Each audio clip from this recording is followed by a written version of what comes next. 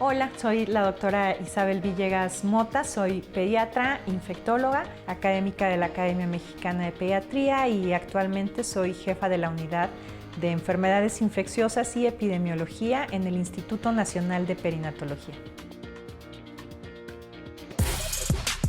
Inevitable hablar de mi condición femenina. De nuestra diferencia, pero siempre a favor de las mujeres. Es una teoría de Soy mujer. Falta de reconocimiento histórico que tenemos desde más de 300 siglos. Ya rompimos el silencio. Que sea ley.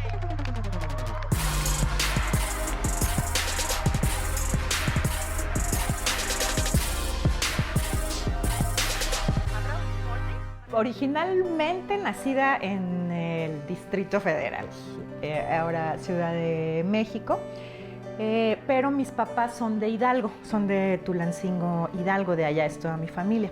Entonces yo viví aquí hasta los 5 años, más o menos, y de aquí empezamos a movernos, entonces viví en Ciudad Sagún, Hidalgo. Después nos fuimos un tiempo a vivir a Nicaragua, después viví en Ciudad Juárez, Chihuahua, después en Oaxaca, después en Veracruz, después en Puebla, después en Morelos, otra vez Ciudad de México y ahora Estado de México. Entonces, sí me he movido mucho. Mi papá sí es médico, él es pediatra, es neonatólogo y sí fue una influencia muy relevante para decidir estudiar medicina. Yo sabía que quería estudiar medicina de siempre, de toda la vida, y que quería ser pediatra además de toda la vida. La carrera la estudié en la Benemérita Universidad Autónoma de Puebla y pediatría la hice en el 20 de noviembre del ISSSTE. Después hice infectología en el Instituto Nacional de Perinatología. Estudié una maestría en investigación clínica por el Instituto Politécnico Nacional y 2 diplomados, uno en sistemas complejos aplicados a medicina o biocomplejidad, de donde fui profesora también. Es una mujer muy generosa en ese sentido. En cada lugar que pisa ha tratado de compartir la experiencia que va adquiriendo y realmente con este interés de mejorar la atención a los pacientes en los hospitales o en las instituciones donde ella ha estado, con las que colabora. Y estudié también en Barcelona, en el Instituto Avedis Donabedi, en gestión de la calidad asistencial, que es un tema que me preocupa muchísimo, que me apasiona mucho, ¿no? Mejorar la calidad de la atención a los pacientes. Fíjate que es una persona de muchos matices, porque la recuerdo perfecto, ¿no? Como una líder, como una mujer perfeccionista, pero también la recuerdo como un gran ser humano, porque siempre tiene la disposición de apoyar a los demás. Yo soy un ejemplo de ello. La verdad es que en mi vida yo no la concibo ahora sin ella, ¿no? Porque ha sido un respaldo para mí que se ha permeado también a mi familia. Entonces, pues logré combinar también, ¿no? Ser mamá con ser pediatra, que me apasiona. Lo que me pasó fue que cuando termino la segunda especialidad, pues me quedo sin trabajo.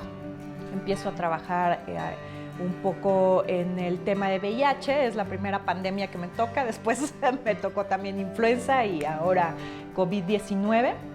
Pero empiezo a trabajar en VIH perinatal, además, aquí en el Instituto Nacional de Perinatología. Estábamos iniciando los tratamientos a las mamás para prevenir el contagio a sus bebés.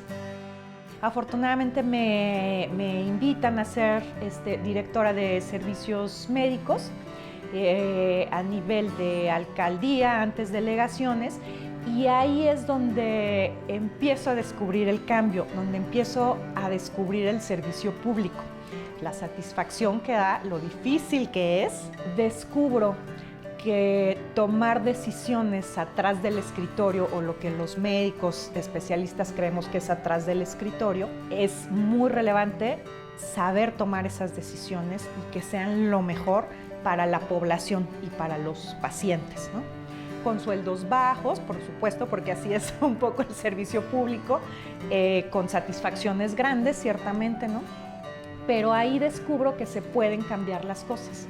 Y me empieza también a gustar tanto el tema que a partir de ahí he estado y he tenido la fortuna, ¿no?, de que me inviten a estar también en espacios de toma de decisiones relevantes y bueno, además a generar proyectos de atención directa a la población, como la primera unidad de la mujer móvil, ¿no?, en la Ciudad de México, que era una unidad que hacía prevención de cáncer cervicouterino y de mama a través de Papa Nicolau, de mastografías, ¿no? Después ya se empezaron a incrementar en toda la ciudad y después a nivel hospitalario empiezo a tener también distintas funciones como jefa de epidemiología hospitalaria, como jefa de calidad y seguridad del paciente, eso aquí en el Instituto Nacional de Perinatología. Estuve en el Hospital Juárez de México también como directora de planeación, en Cruz Roja Mexicana como directora de calidad y entonces de lo que se ha tratado es de implementar los mejores estándares de calidad de la atención, ¿no?, los más altos estándares, desarrollarlos para que la atención a la gente incremente en calidad. Ella es una apasionada y una convencida de la calidad y la seguridad del paciente. No lo hace solo como por una moda, sino se ha preocupado realmente por compaginar su formación profesional de base, digamos médico, infectóloga y pediatra, ¿no?, con esta parte de el paciente, de garantizar su seguridad en el proceso de la atención sanitaria. Y en ese sentido, ella para mí ha sido una gran maestra. Cuando hay una vocación también y cuando estamos pagados como servidores públicos, bueno, pues las satisfacciones también están en otro lado, no solamente en el ingreso, y que no podamos hacer esta pausa para pensar primero en el paciente antes que en nosotros, eso sí es triste, ¿no? Pensar que todo tiene que ver con el presupuesto y no darme cuenta y no hacer una reflexión de lo que puedo hacer mejor, de cómo puedo mejorar un proceso de atención para que sea más cálido, para que sea más accesible a las personas, sobre todo a las mujeres, que siempre voy a insistir, sí tenemos todavía una desventaja en cuanto a la atención, ¿no?, en poder generar educación, capacitación en salud reproductiva, ¿no?, con las adolescentes, en tener buenos controles prenatales, adecuados controles prenatales o de calidad para que no haya complicaciones durante el embarazo.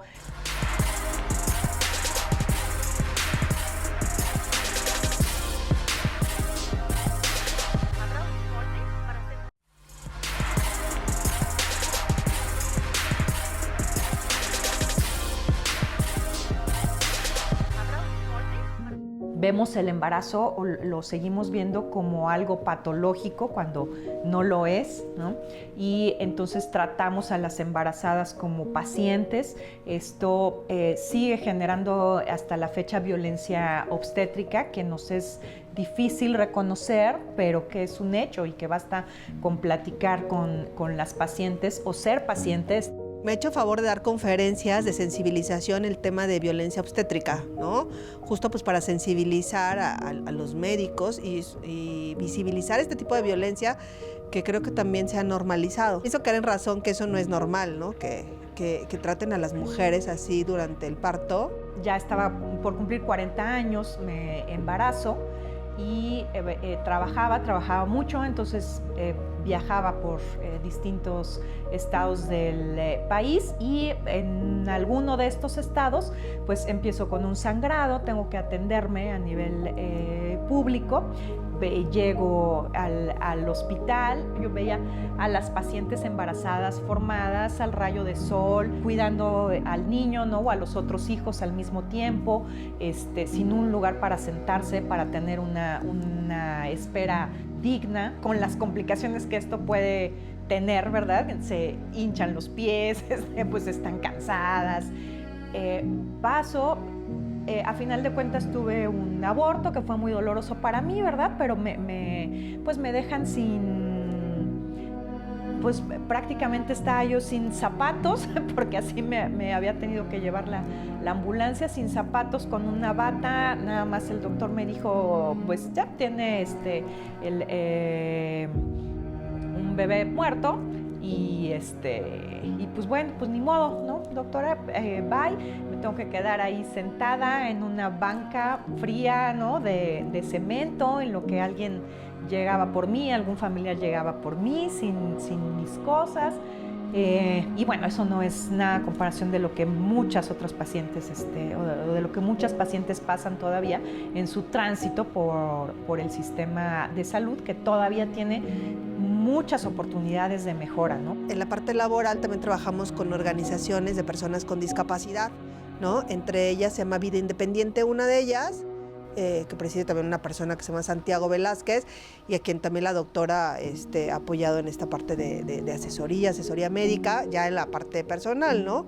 Pero sí, también te digo, a organizaciones de personas con discapacidad ha contribuido la doctora con un granito, bueno, a veces con granotes de arena. Entonces ella siempre está en todo, ¿no? Siempre desde la consulta médica a los niños de la calle, ¿no? Desde vamos a llevarle juguetes, el Día de Reyes va y consigue, anda en la noche consiguiendo las bicicletas. A finales de 2019 aquí en el instituto estoy como jefa de la unidad de enfermedades infecciosas y epidemiología. Y pues dice mi jefe, traía torta bajo el brazo y nos toca esta pandemia del siglo XXI, ¿verdad? COVID. En el mismo enero sabíamos que era un virus que no existía, que no conocíamos, que por primera vez se estaba describiendo, que el genoma era diferente a cualquier otro. Empezamos a hacer estos cálculos y a tratar de revisar lo que se publicaba en China y ya después en España, en Italia, en Inglaterra, de acuerdo a cómo fue avanzando la pandemia. Pero para marzo, que se había declarado pandemia, por lo menos aquí en el instituto ya teníamos un plan de contingencia pensado, que en caso de que llegara a México, cómo íbamos a atender a los pacientes, qué equipo de protección teníamos que tener, y un cálculo de acuerdo a la afección que veíamos que tenían las embarazadas, de que pudiéramos recibir unas 80 pacientes de manera exagerada. Bueno, esto nos ha rebasado, por supuesto, a todo el sistema de salud y a todos los sistemas de salud del mundo, y sobre todo a la afección a las embarazadas. Y que darles seguridad en su atención incluye también un trato digno y un trato equitativo, teniendo en cuenta estas características de género para poder dar una atención adecuada, ¿no? Desde esa trinchera ella ha trabajado por, pues bueno, reducir la mortalidad materna, reducir la mortalidad perinatal, ¿no? Desde el trabajo en el control y el manejo de las infecciones nosocomiales, ¿no? Muy preocupada como de proteger a la mujer en este sentido. Entonces, anteriormente, virus como los de la influenza, los de las pandemias anteriores, 1918 o la de 2009 aquí, nos enseñaron que las embarazadas sí pueden verse más afectadas por estos virus respiratorios. Ya eran antecedentes que teníamos que tomar en cuenta para pensando en este virus respiratorio, o sea, ver a las embarazadas como una población de alto riesgo. Aquí en el instituto los directores hicieron una gestión para poder contar con la prueba PCR para hacer diagnóstico, y empezamos a detectar que 1 de cada 4 pacientes era positiva, ¿no? Incluso asintomática. Claro que hicimos una reconversión hospitalaria que costó mucho trabajo, porque había que tomar en cuenta eso, ¿no? Que la paciente pudiera acceder, que la pudiéramos separar de las pacientes que no estaban contagiadas, que en el espacio en el que teníamos se pudiera llevar a cabo cesárea, es decir, que hubiera un quirófano. Por supuesto, esta pandemia también incrementó desafortunadamente el número de cesáreas que ya habíamos que ya se había ido disminuyendo versus parto. Como médico, como alguien que nos dedicamos a que los pacientes estén bien, a las personas que atendemos estén bien, tener la impotencia de que no puedan tener a un familiar que los visite, de que un parto, por ejemplo, ¿no? Un nacimiento, que es pues uno de los mejores momentos de la vida para muchas mujeres, tuviera que ser en aislamiento, tuviera que ser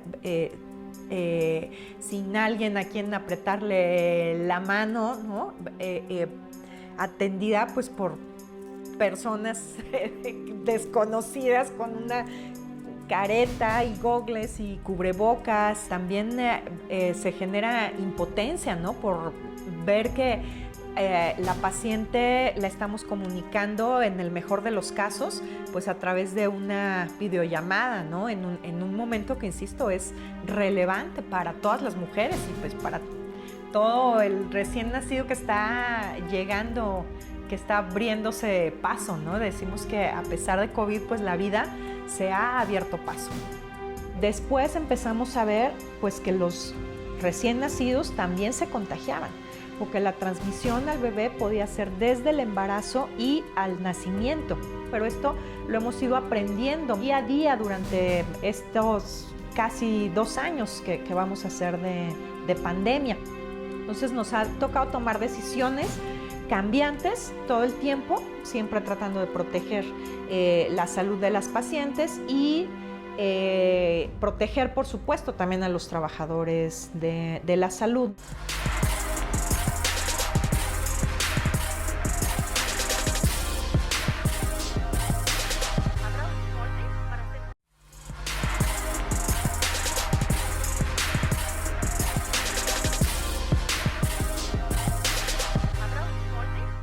Los trabajadores de la salud estuvimos en altísimo riesgo y estamos todavía en alto riesgo de contagio y murieron muchísimos compañeros y compañeras, ¿verdad? Ella, además de estar dando la atención al paciente todo el tiempo y cuidando no nada más a su paciente, sino también a sus compañeros de trabajo, porque era la labor o es la labor que le ha tocado en la pandemia. Además de eso, tener que irse actualizando todo el tiempo. O sea, me tocó verla como la pobre a veces descansaba muy poco o dormía mal o comía mal, justo por la carga de trabajo tan grande que nos llegó a todos aquellos que estábamos en las instituciones de salud. Pero además ella tenía en sus hombros pues lo de todo un hospital, ¿no? Atender todo un instituto en realidad. Casi todo el mundo trabajaba por guardias, pero pues habíamos algunos que teníamos que estar aquí todo el tiempo, porque había también que investigar cuál era la mejor manera y el mejor momento de tomarle una muestra al recién nacido, porque había que controlar brotes en las terapias. Yo me he contagiado 2 veces, las 2 veces han sido en toma de muestras en control de brotes con recién nacidos, sin una recuperación física adecuada, porque hay que regresar a trabajar al hospital. Después vino el tema de la vacunación, entonces organizar la vacunación para el personal de salud y cómo irla otorgando de acuerdo al abasto. Creo que hay gente que hasta la fecha toma decisiones muy individualistas, ¿no? Sin pensar en el bien mayor, ¿no? El hecho incluso de decidir no ponerme una vacuna me parece de los temas más egoístas, ¿no? Porque yo no puedo decir solo porque a mí me puede pasar algo, no me voy a poner una vacuna que va a proteger a mi hija, a mi familia, a los demás, que es la única arma que tenemos contra este virus. Es la única manera que tenemos de combatirlo. No existe un tratamiento hasta la fecha antiviral. Es en lo que hay que pensar para decir, me pongo la vacuna que tiene un riesgo mínimo de que me pase algo versus un beneficio enorme para mí, para mi familia y a nivel poblacional. Yo de esta pandemia me quedo con grandes seres humanos, con mujeres que le han entrado con todo, ¿no? Personas que antes no hubiéramos descubierto seguramente para un trabajo conjunto y que ahora pues nos hemos descubierto con los mismos intereses en común, y esto de verdad mucho más entre el género, mucho más entre nosotras. Personalmente creo que no dañaría ningún monumento. Isabel creo que tampoco lo haría. Sin embargo, es a veces tanto el enojo y tanto el coraje y también la conciencia de que hay tantas cosas que están mal, que el camino tradicional, el del diálogo, el de la paciencia, ya no es suficiente. Y entiendes el enojo y la rabia, sobre todo ante la impotencia en la cuestión legal para resolver el feminicidio que está ocurriendo. Me encanta compartir con mujeres como Esther, como la doctora, ¿no? Que en algún punto todas nos juntamos, ¿no? Y coincidimos en que queremos un México mejor, ¿no? Queremos un México más incluyente, igualitario. No es fácil porque en medicina tradicionalmente siempre habíamos sido menos las mujeres de entrada que estudiamos medicina. Después, las que se gradúan son menos. Las que hacen especialidad son menos. Y me ha tocado vivir esa violencia de género, ¿no? O sea, me ha tocado que me hagan menos por ser mujer en comparación a compañeros del mismo nivel. Me ha tocado ser directora y que no se tomen en cuenta las decisiones de alguien porque somos mujeres o jóvenes, por ejemplo. Entonces, ir abriendo este camino en la medicina, en la toma de decisiones para las mujeres, eso es muy relevante. O sea, en eso siempre voy a insistir, ¿no? En que faltan estos espacios, en que no se nos han dado las oportunidades de estar en los mismos lugares que los hombres. La pandemia creo que sí nos enseñó esta brecha tan grande, o sea, la hizo más grande. Toda la afección a la salud de la mujer, o sea, todos los embarazos en adolescentes que incrementaron, toda la violencia hacia la mujer en las casas, la violencia hacia la mujer en las instituciones de salud, las cifras son abrumadoras, la muerte materna, ¿verdad? La OMS lo hizo hasta agosto de 2020, generar esta alerta de muerte materna en países como el nuestro, ¿no? Con ingresos per cápita de medianos bajos a medianos altos fue mayor, ¿no? Entonces tuvimos más muertes maternas por esta falta de acceso o falta de información. Es una gran mujer a la que le he aprendido mucho y que me da mucho gusto verla conseguir y lograr retos día a día, sortear los problemas que se le enfrenten, el machismo en el que a veces vivimos, que ella va avanzando, no se detiene, es una gran líder y no solamente eso, sino abre camino para muchas mujeres. O sea, siempre está con esa disposición de dar y darse a los demás. Entonces, pues así yo la describo, ¿no? Una gran profesionista, una gran mamá, una excelente amiga. Yo creo que es una amiga que todos deberíamos tener. Soy la doctora Isabel Villegas Mota y soy una mujer con causa.